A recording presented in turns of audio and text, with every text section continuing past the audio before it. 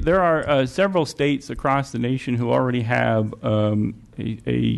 inflation built into their excise tax rates. Florida comes to mind instantly. They have one I've been jealous of for quite some time. So I think that's a good idea. Any other questions? Seeing none, thank you, Stephen, for your Thank you presentation. Very much. I'm going to call to the dais now Mr. Will Kempton. He's the Executive Director of our California Transportation Commission, and his presentation will be on the impact of funding levels on the California Transportation Program. Mr. Kempton, thank you for coming. Will Kempton, Executive Director of the California Transportation Commission. Now, I do have at least a reasonable level of transportation expertise, but I have absolutely no competence when it comes to computers. And so I'm asking Mr. Keck to reset the program here so I can begin the discussion. Thank you very much, Stephen. I wanted to start just by putting a list of the challenges up, and I'm not going to go through these in detail, Mr. Chairman and members. I just want you to be aware of what I see as really some of the major issues that we're facing as we look at our transportation program. I do want to focus on the first bullet and the last bullet. The first bullet, in 2011, and by the way, that was almost 5 years ago, the California Transportation Commission did a very comprehensive needs assessment of what we were paying for in transportation and the needs that were out there and the difference. That study resulted in a conclusion that over a 10-year period, we are about $296 billion short of funding the myriad transportation needs, all transportation needs across the state. We're going to be looking to upgrade this needs assessment in the near future, but it is pretty telling. And these are not just needs on the state highway system. They are needs on our local streets and roads. They are needs on our state transit system and our conventional rail operations. The final bullet that I wanted to talk about is the reduction in the price-based excise tax. You've been hearing a lot about that already today, and I just wanted to let you know what is going to be the impact on the State Transportation Improvement Program, which, as Stephen indicated, is the 5-year program that sets funding levels for the state's highway projects. And the State Transportation Program, again, is a biannual 5-year program for highway improvements, intercity rail, regional highway and transit improvements. It's updated every 2 years. And it is funded from a single source at this juncture, and that is basically the price-based excise tax. That price-based excise tax, that tax that goes up and down depending on what the sales tax revenue on gasoline would have been, is the major source for funding our transportation program in California, at least through the STIP. And that has dropped, as the past two speakers have told you, by 6 cents per gallon effective July 1st. That just happened last week. And that is a loss of $876 million in price-based excise tax revenue for the 2015-2016 year. And that is a very significant hit. Now, Stephen already went through that the comparison of the 2015-16 estimated revenue of $679 million that was going to be available for the State Transportation Improvement Program. That is down to $297 million effective July 1st, with an estimated shortfall of $382 million. There are equivalent hits on our local street and road system because they get 44% of the price-based excise tax as well. You can talk to the folks at the League of Cities and the California State Association of Counties. They can tell you what that means for each of your counties and cities. And there's a decrease in the SHOP program of over $100 million, as Stephen indicated. Now, the consequences of this are really onerous for the state's program. First of all, we have to immediately shift to what we call an allocation plan. We can't deliver all of the projects that are programmed in the State Transportation Improvement Program when we said we were going to deliver them. And so we have to prioritize projects, a painful task, and we have to prioritize the allocation of funds for those programs. The increased costs of any projects that are delayed is a significant hit on the program as well. And as a result of what we're looking at for this year, we don't see any new capacity for programming in the 2016 STIP. I'm going to show that to you graphically. So let me demonstrate the consequences in a little bit of a different way. Now, this is not as bad as it looks. There are sets of bars as we move across the screen here. This is a base year, the 13-14 year. These 5 increments are the years of the 2014 State Transportation Improvement Program, the program that's currently in effect. The blue lines represent the dollar amount of programmed projects. The red bars indicate the capacity by virtue of our estimate of what funds would be available in those years. And you can see that for the last 3 years of the previous program period, we were matching our program dollar amount pretty much even to the capacity amount. And we were able to move these small amounts of over-programmed projects into this year because we had a sufficient amount of capacity available for the final 2 years of the 2014 STIP. This is the situation we're facing today, and this looks complicated. Don't bother to read the little boxes. You can look at that later. But these charts demonstrate the funding capacity that is available given the price-based excise tax reduction. Here are the programmed projects in the base year. Already in the base year, we're having to move projects that were programmed in 2015-16 into 16-17. And then we have these amount of programmed projects carried over from the previous STIP, but only this amount of capacity. So this amount has to be moved over into the next year. Now you see that what we're moving over from the previous year exceeds the amount of money that we have available in that year. So this is what needs to be moved over into the following year, and so on, and so on. You see this little piece of green here? That's the programming capacity we have for the 2016 State Transportation Improvement Program, $30 million. Now, I can go back to this previous slide.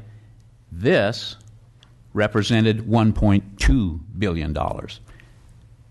This is $30 million. That's the magnitude of the problem we're facing with respect to the State Transportation Improvement Program. It's no better with the State Highway Operations and Protection Program, and this is the program that takes care of the state highway system. It's a biennial 4-year program maintaining and preserving the state highway system. We call it our fix-it-first investments. The shop capacity per year, $2.3 billion. Our annual need, however, is $8 billion. That leaves a $5.7 billion shortfall, and this is the number that the governor was referencing when he called for the both houses of the legislature in January to come together and convene the special session just this past month. The consequences of not investing in the SHOP program is a continued deterioration of the state highway system and the increased costs due to deferred maintenance and preservation.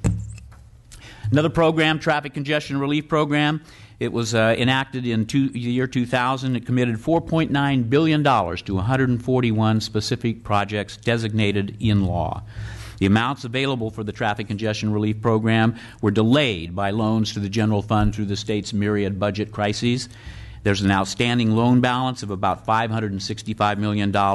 We are going to receive $83 million as part of the budget that you just approved and the governor signed. But there is no current statutory repayment schedule for that remaining $482 million. The consequences of not paying those dollars back is that 37 of the projects that were going to be funded have not received any allocation. This is from a survey that Caltrans did last fall. 9 of the 37 projects have been completed. Agencies have come up with their own money to pay for those projects and are awaiting reimbursement. And, of course, the longer we delay, the costs of those projects go up. I want to talk to you about, as you consider what you're about with respect to the special session, what we think funding solutions should be, the characteristics of good funding solutions as you move forward and deliberate on this issue. First of all, we think that the funding solution should be immediate. We have an acute transportation funding problem right now. We need to address it immediately. It needs to be sustainable, or the combination of solutions need to be sustainable. That is, so we know there's a stable source of funding and that those monies are going to grow as we move along in years. Predictability is a critically important piece of transportation funding because transportation is a long lead time program. You need to know the dollars that are coming in so that you can effectively plan for the future. A user fee orientation is something that's important in California. Transportation should be considered just like any other utility. You pay for what you use. Substantial. The problem is substantial. You'll hear from people behind me today as well that we've got a huge problem out there that needs to be addressed, and the solution is going to need to be substantial in the bargain. And then the last bullet is extremely important, and that is that these monies need to be dedicated. They need to be protected for the program, and we stand ready to help you develop a viable solution for our serious problem, and we'll be happy to answer any questions at this time, Mr. Chairman. Thank you, Mr. Kempton. Any members of the committee would like to ask a question of the... None? Seeing none? Mr. Kempton, thank you very much. That was very informative. Really appreciate it. Now we'll call up some of our transportation stakeholders. Steve Heminger is the Executive Director with the Metropolitan Transportation Commission. Thank you for coming, Mr. Heminger, on short notice. We really appreciate it.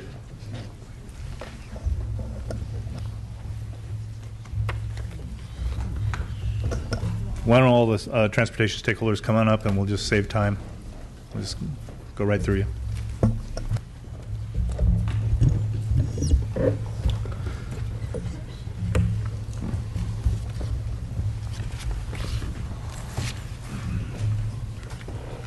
How are you? All right.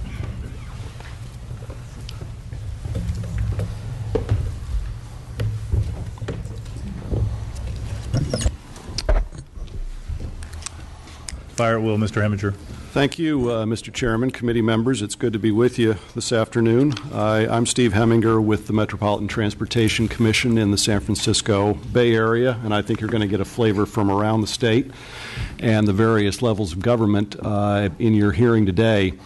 Mr. Chairman, I think I could probably boil down transportation funding in California into one sentence.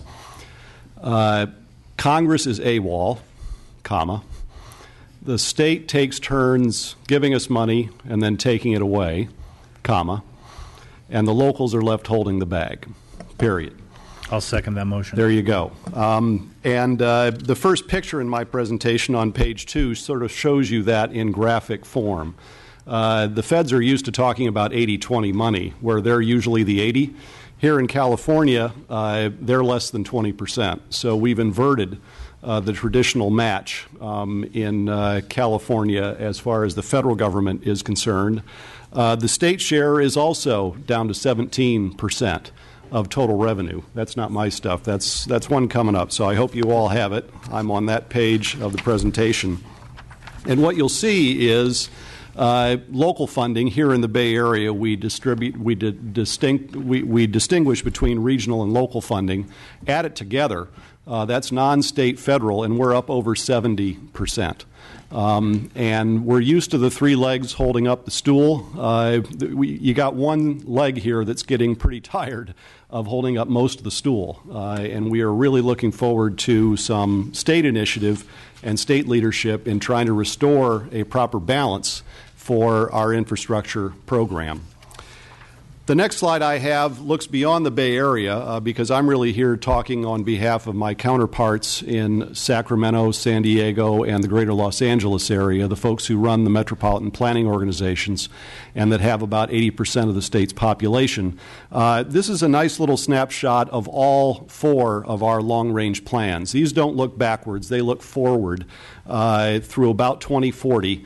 And this is how we contemplate spending existing transportation money from all levels of government. And you can see that all of us are spending over half of that money just on basic operation and maintenance of the existing system. The Bay Area is probably the most extreme case when it comes to that. We're close to 90% of all money on operation and maintenance. Now, part of that is Maybe we're a little more virtuous than the other regions. Part of it is we've got older stuff than a lot of other regions have. The San Francisco Muni, the transit system, is over 100 years old. BART is running the oldest rail cars in America right now. So we've got all these toll bridges, many of them built in the 30s, 40s, and 50s. So we have a lot to take care of, and we call it Fix It First. But the problem is, while all of us deal with this maintenance challenge, it's not like growth is stopping and letting us catch our breath. What we face in California in all of its regions are really aging pains and growing pains at the same time. And we really have to address both. We can't just take care of one and then worry about the other a later day. I show you in the next couple of slides on 4 and 5, even after in the Bay Area spending close to 90% of all of our money just to maintain the streets, just to keep the buses replaced on a regular schedule, we still have multi-billion-dollar shortfalls in those activities. The first chart I show you is on page 4, which is for our local street network. You'll see a shortfall of about $20 billion. If you turn the page, you'll see a shortfall of about that size for our major public transit systems, which have to replace their rail, have to replace their cars. And one thing I would draw your attention to, in addition to the orange parts of the bar, which are the shortfall, I would draw your attention on both pages to the green parts of each bar. That's the discretionary money that we are dipping into to take care of these facilities. So I'm not just here preaching to you about trying to get more money into maintenance of our system. We're putting our money where our mouth is, and you've got a strong partner in all of these regions of California. If you're willing to provide some additional investment, we're probably going to match it and then some. So finally, let me conclude on page 6 with a summary of the letter that we've also distributed to all of you. This one's addressed to Chairman Frazier. We've also sent one to Chairman Bell, who I'm pleased to see here today. And I'm going to just summarize 4 of the points in that longer letter. One of them is, I think, the importance of making a significant long-term investment, to go deep with whatever you do. As you've heard, the last time we raised the gas tax in California was when George Deukmejian was governor. And I don't know about you, but I'm having a hard time remembering what he even looked like. It's been that long.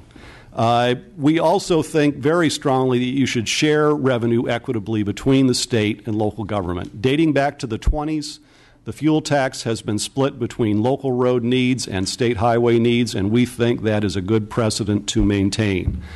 We also think that if you're going to try to improve the maintenance of our transportation system, you should set a goal that you're trying to achieve. Instead of just saying, maybe we can come up with 5 cents or 2% or whatever, come up with a goal. What optimal level of highway and local road repair would you like to see? And then provide the funds in conjunction with your federal and local partners to achieve it. And finally, you know, at the risk of a lot of this sounding like sort of an eat your spinach, eat your peas kind of a message, I think there is something you can do about that growth agenda while you maintain the system. And it's shown on the chart that I have on page 6 of my presentation. The SHOP program, the state repair program, the O in SHOP stands for operations.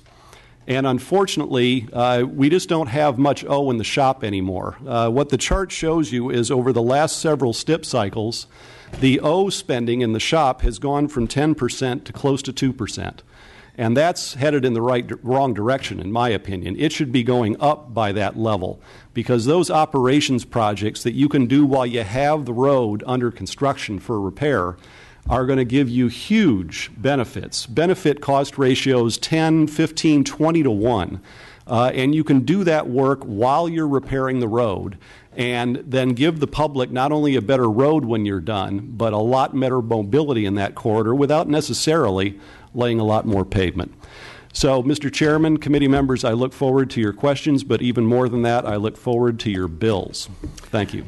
Yes, sir. Mr. Hamburger, any questions of our MTC director, executive director? I'm going to break through the panel, and Mr.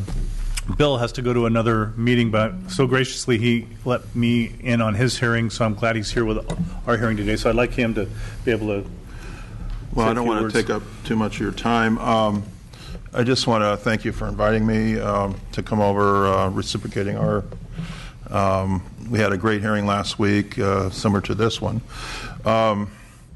Just to emphasize, during the special session, we were going to all form as colleagues sort of the teamwork approach. We have to pull something together. It's going to take a bipartisan effort, getting the dialogue going, discussing where our common beliefs are about funding the backlog of transportation. For me, it's quite clear that if we don't do something now, there's going to be literally billions and billions of dollars of new costs that we don't even see right now added to the cost of repairing and passing that on to sort of the future generations, which I think is, unquestionably the wrong thing to do. I also believe that in terms of business, it's a bad deal for business not to have roads that work well, not to have freight goods movements that work well.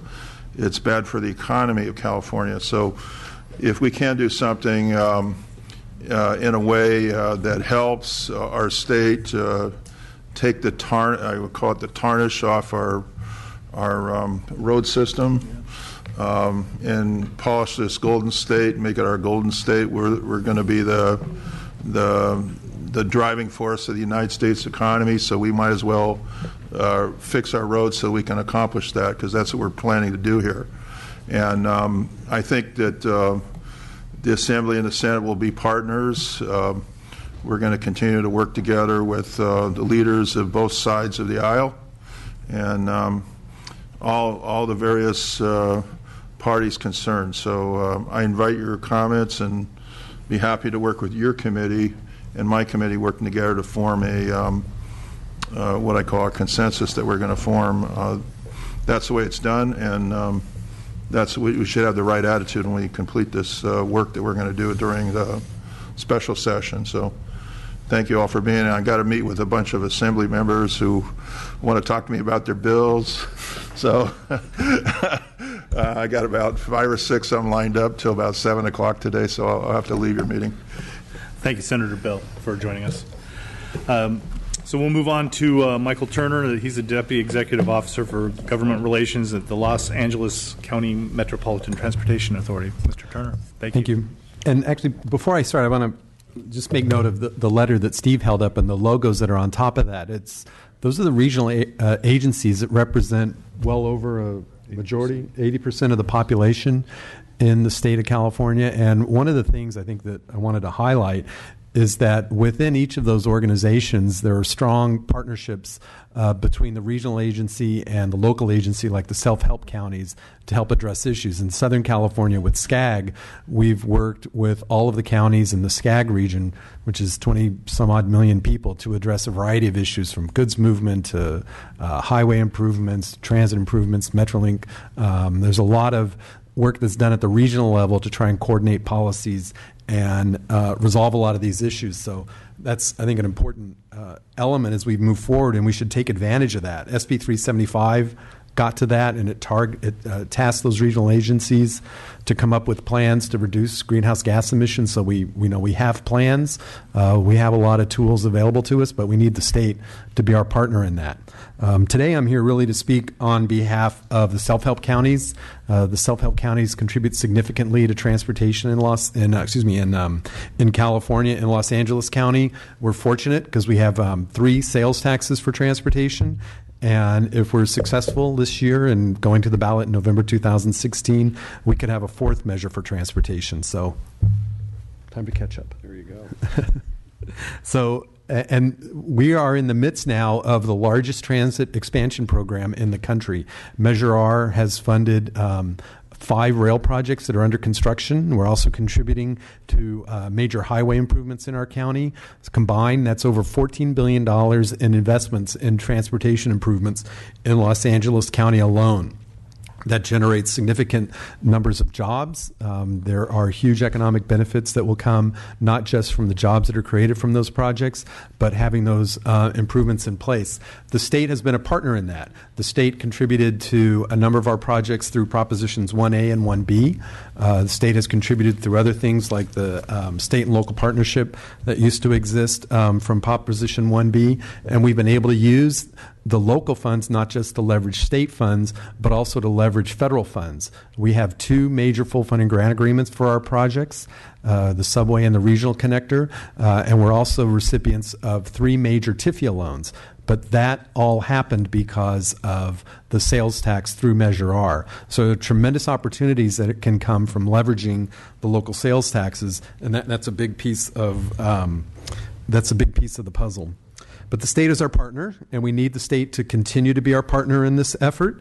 We work with Caltrans on a number of the major highway improvement projects. As I mentioned, we're partners in funding major improvements on the 5 in the southern part of the county as well as the 5 in the northern part of the county.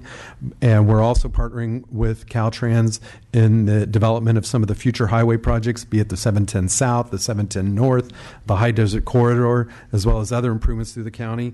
But there's no real big funding solutions for those on the horizon. We're looking at P3 as a potential solution, so we'd like to see a P3 statute move forward in the special session.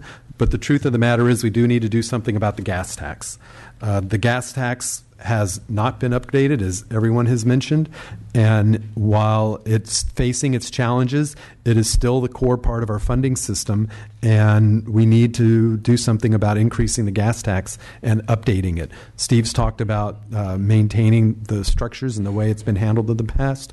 We support that, but we also think that it's a good opportunity to also create some additional transparency. For example, in the SHOP program, the locals are not involved in the development of the SHOP process. At our board, we have the district director of Caltrans sits on our board, and we welcome that participation of Caltrans. They sit on our board every month. They participate as an active member, and as we are developing our long-range forecasts as well as dealing with the highway projects throughout Los Angeles County, the Caltrans district director is there and is a vital partner as we move forward, and we need to keep that.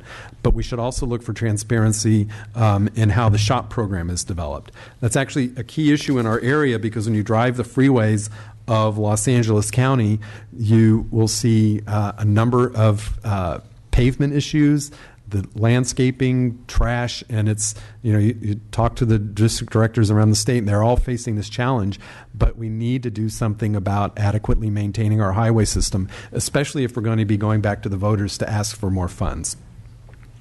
As we move forward, though, you've heard a lot about thinking big, about doing something that's sustainable, doing something that's substantial, and that's where California has always succeeded. When this state has thought big and acted in that manner, we've had success. We see the beginnings of that with something like the high-speed rail project. You can imagine the high-speed rail project someday connecting to Union Station. Well, when it connects to Union Station, it also connects to the Metrolink system, which goes out to the 5 counties around Los Angeles, the 4 counties around Los Angeles County. It connects to our rail system, which will ultimately connect to all the parts of Los Angeles County. So you can eventually take high-speed rail, connect to Union Station, and then get on a rail system to get throughout Los Angeles County. But as those systems develop, they are going to age. The Bay Area system is older than Los Angeles County's system, but we are now celebrating 25 years of rail in Los Angeles County with the opening of the Blue Line. That means our systems are going to age. So as we're looking at state of good repair issues, we think transit should be in that mix as well. We're not talking about operations funding for transit. We're really talking about recognizing that transit systems are a part of a broader system, and we think they ought to be a part of this equation. So what we need to do ultimately is, let me get specific about some of the things we think we ought to do. We think it's time to raise the gas tax. We recognize that the Commission is moving forward on a mileage-based user fee, and that system may ultimately be in place. But for now, we think there needs to be an increase in the gas tax. We also think it's important to authorize the use of P3s. our board has is now seeking legislation to authorize us specifically to do P3s. We, of course, want to work with the state in the broader framework of how that moves forward. We think there needs to be transparency in the SHOP program so that we're working with the state in the development of those priorities. And then lastly, we want to ensure that the self-help counties are empowered to deliver the resources that could be brought to bear. And just real quickly, if we're able to put a measure on the ballot in 2016, and let's say it's a 40-year measure, that could be $76 billion that goes into the transportation system in Los Angeles County. And that's a fairly significant number. So, Mr. Chairman, with that, I'll conclude my remarks.